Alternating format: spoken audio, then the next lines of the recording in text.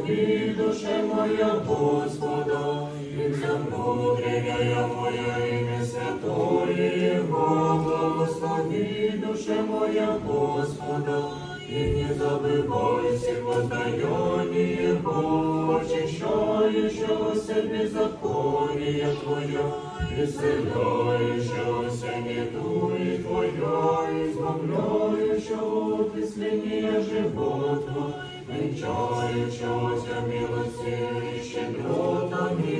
исполняющего благие желания Твои, обнови свое поле, юность Твоя, Твоя милостыня Господи, судьбу всего выявил, сказал пути своя Моисеевы, сынову Израиля, почтение своя, щедрой милости Господа, терпеливым, много милости, благослови, душа моя Господа, и вся внутренняя моя имя святое Его.